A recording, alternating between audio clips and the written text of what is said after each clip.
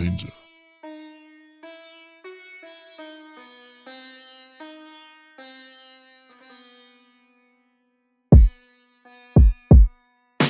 Quand Marco passait, tous les jeunes hommes se penchaient pour voir ses yeux de Sodome, où les feux d'amour brûlaient sans pitié, ta pauvre cahute au froid d'amitié.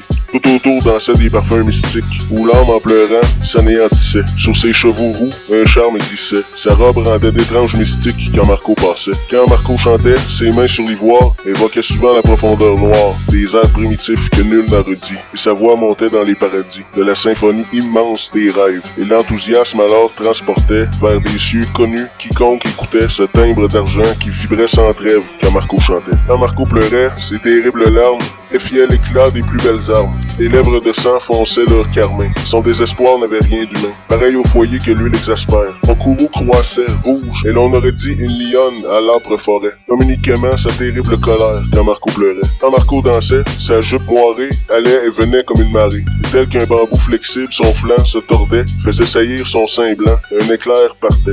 Sa jambe de marbre, emphatiquement, haussait ses mates splendeurs, et cela faisait le bruit du vent de la nuit dans un arbre quand Marco dansait. Quand Marco dormait, oh, quel parfum d'ambre et de chair mêlée opprimait la chambre. Sous les draps, la ligne exquise du dos ondulait, et dans l'ombre des rideaux, la laine montait, rythmique et légère. Au sommeil heureux et calme, fermait ses yeux, et ce doux mystère charmait les vagues objets parmi l'étagère quand Marco dormait. Et quand elle aimait, les flots de luxure débordaient, ainsi que d'une blessure sort un sang vermeil qui fume et qui bout. De ce corps cruel que son crime absous, torrent rompait les digues de l'âme, noyait la pensée et bouleversait ou sur son passage, et rebondissait souple et dévorant comme de la flamme, et puis se glaçait. Sur fond sombre, noyant un riche vestibule, où le buste d'Horace et celui de Tibulle, pointin et de profit, errant en marbre blanc, la main gauche au poignard et la main droite au flanc, tandis qu'un rire doux redresse la moustache. Le duc César en grand costume se détache, les yeux noirs, les cheveux noirs et le velours noir, vont contrastant parmi l'or somptueux d'un soir, avec la pâleur mate et belle du visage,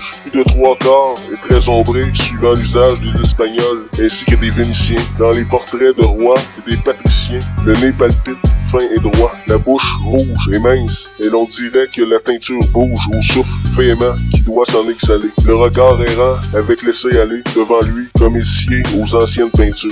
Fourmille de pensées énormes d'aventures, et le front large, formidable rempli, médite sous la toque où frissonne une plume, lançant hors d'un nœud de rubis qui s'allume. Couché d'un soleil de septembre ensanglante, la plaine morne et l'arbre arrête les sierras. De la brume au loin d'installations lentes, et Gadarama pousse entre les sables ras, son flot hâtif qui va réfléchissant par place, quelques oliviers nains tordant leurs maigres bras. Les grands vols anguleux des éperviers rapaces, et à l'ouest le ciel mat et rouge qui brunit, et leurs cris rauques grincent à travers les espaces. Despotique et dressant au devant du zénith, l'entassement brutal de ses tours octogones, Escurial étant son orgueil de granit. Les murs carrés percés de vitraux monotones, montent, droits, blancs et nus, sans autre ornement. Et quelques grilles sculptées qu'alternent des couronnes, avec des bruits pareils au rude hurlement d'un ours que des bergers navrant de coups de pioche, et dont l'écho redit les râles alarmants, parant de cris roulant sous ondes sur les roches, et puis s'évaporant en des murmures longs, sinistrement dans l'air du soir, tintant les cloches. Par les cours du palais où l'ombre met ses plombs, circule tortueux serpent hiératique, une procession de moines aux frocs blonds, marchant un par un, suivant l'ordre ascétique, et qui pieds nus, la corde au rein, un cierge en main, ulule d'une voix formidable un cantique. Qui donc ici se meurt? Pour qui sur le chemin cette paille est pendue, et ses croix, longs voilées, selon le rituel catholique romain. La chambre est haute, vaste et sombre, niellée, les portes d'acajou massifs tournent sans bruit, les serrures étant comme leur gond, huilées, une vague rougeur plus triste que la nuit, filtre arrêt indécis par les plis des teintures, à travers les vitraux où le couchant reluit, fait papilloter sur les architectures, à l'angle des objets dans l'ombre du plafond, ce halo singulier qu'on voit dans les peintures. Parmi les clairs obscurs, transparents et profonds, s'agitent effarés des hommes et des femmes, à pas furtifs, ainsi que les hyènes font. Riches les vêtements des seigneurs et les dames, velours, panne, satine, soie, hermine et brocart, chantent l'ode du luxe, en chatoyante gamme, trouant par éclairs distancés avec or, l'opaque demi-jour des cuirasses de cuir, les gardes alignés scintillent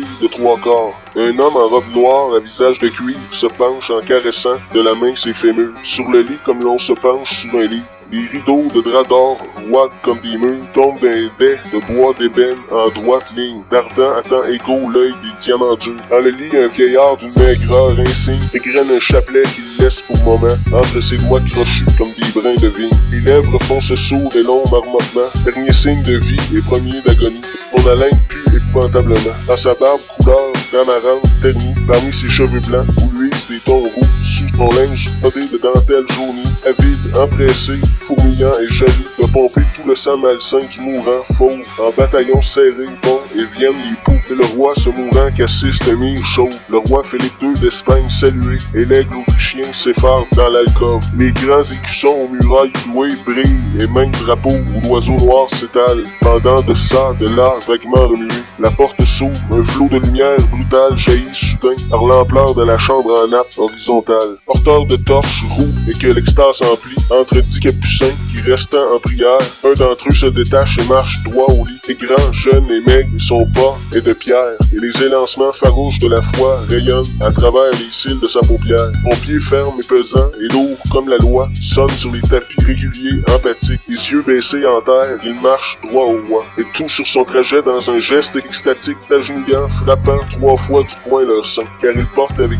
lui le sacré viatique. Le lit s'écarte avec respect de Matassin, le médecin du corps en pareille occurrence, devant céder la place, arme à ton médecin. La figure du roi qui étire la souffrance, à l'approche du frais, te rassereine un peu, tant la religion est grosse d'espérance. Le moine, cette fois, ouvrant son œil de feu, tout brillant de pardon mêlé à des reproches, s'arrête messager des justices de Dieu, sinistrement dans l'air du soir, sinistrement dans l'air du soir, sinistrement dans l'air du soir, sinistrement dans l'air du soir, sinistrement dans l'air du soir.